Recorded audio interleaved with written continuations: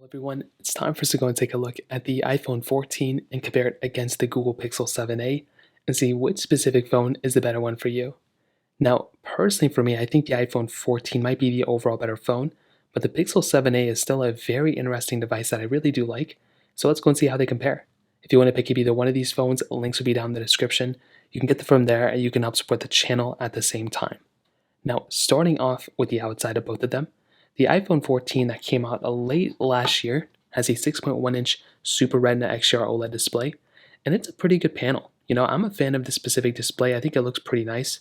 It's 60 hertz, so it's not anything super crazy. We've definitely seen panels like this before, and I do think Apple did a decent job with it. It has True Tone, fairly high resolution. It's a good display, nothing crazy. You have the notch up here, and I do feel like Apple could have done a better job with this. I've talked about this so many times. With a display like this for over $800 phone, I feel like Apple could have done a better job, but there's not much we can do about it now. With the Pixel 7a, on the other hand, this is about a $500 phone. It's a little bit cheaper. You can get some deals off here and there. But this phone also has a 6.1-inch AMOLED display. Now, the viewing angles aren't as great as the iPhone 14, but I still think it's a pretty good panel. You're getting a hole punch display, 1080p, and it's a 90 hertz panel. So that kind of stuff is really cool, considering this iPhone is cheaper, or this phone is cheaper than the iPhone 14, but you're getting almost like a better looking display in some ways and 90 hertz. That's something that's really cool. So unfortunately, the iPhone 14 is still stuck at 60 hertz, but at least we kind of have it on the Pixel 7a, and it's a cheaper phone than this phone too, which is pretty insane. In terms of the rest of the body, you can kind of tell both phones are slightly different. Like you can tell that they're both almost like a flat side. The iPhone 14 is completely flat, but the Pixel 7a is kind of like this flat curved kind of glass, but they both feel very good.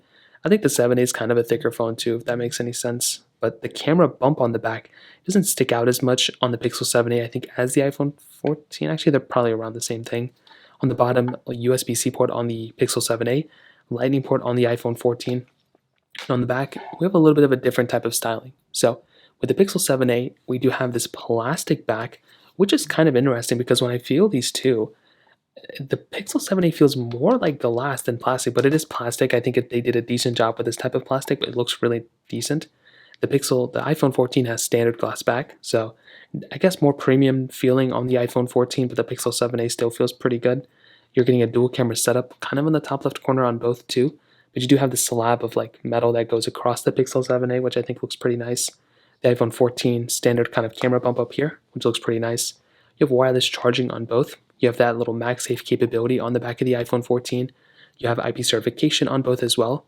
And at the end of the day, I think both of these phones are very interesting. It's funny because the iPhone 14 is like $300 more expensive than the Pixel 7a, but it doesn't really seem like that. I mean, I've definitely seen phones in the used market that are better than these two, but I don't know. The Pixel 7a I think has done more for its price than the iPhone 14, at least on the exterior.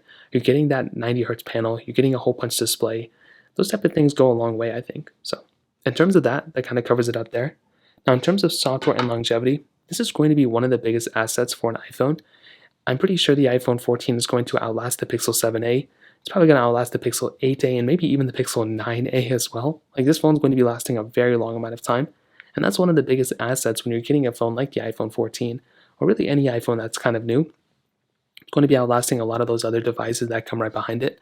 The Pixel 7a, I think, did a pretty good job too for what it was getting, but definitely I think you're getting a longer lasting phone from the iPhone 14 than the 7a, but Google may actually end up supporting these phones a little bit longer, who knows. Now let's go and do a speed comparison between these two devices. The iPhone 14 has that Apple A15 Bionic chip inside of it with 6 gigabytes of RAM, but the Pixel 7a has that Google Tensor G2 chipset inside of it with 8 gigabytes of RAM. So let's go and see which one's the faster one between both. Okay, there we go. All the apps are cleared out in the background, so let us get into it.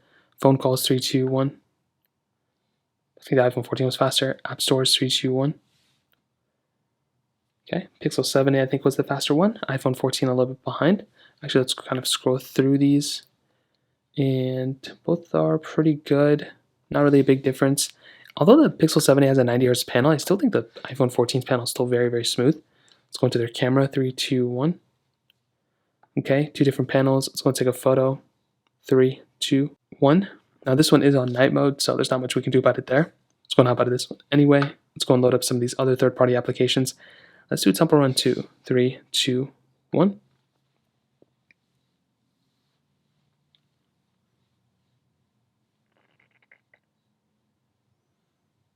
Okay. I would probably say that they were very close. Potentially the iPhone 14 was slightly faster, but they were like neck and neck. There really wasn't a massive difference between these two.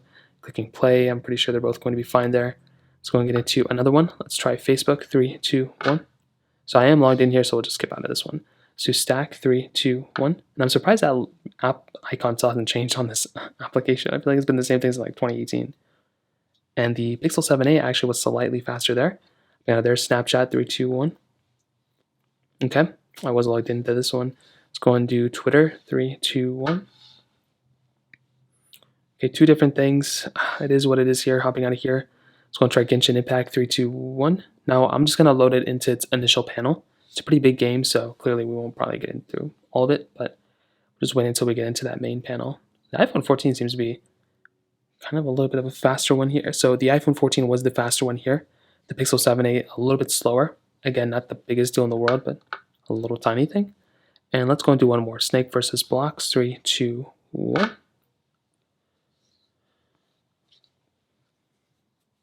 And there we go. So definitely when it comes down to it, I don't think there's a clear winner here. I think they're both pretty fast phones. I don't know if the Pixel 7a was the fastest one, though. Maybe for the price, I mean, it was pretty fast, but I don't know if there's a clear winner here, but I do think both of them did a pretty good job. Maybe the iPhone 14 is overall the faster one, but I think both of them were neck and neck, and I'll give them a lot of credit where it's due. So that kind of covers it up there.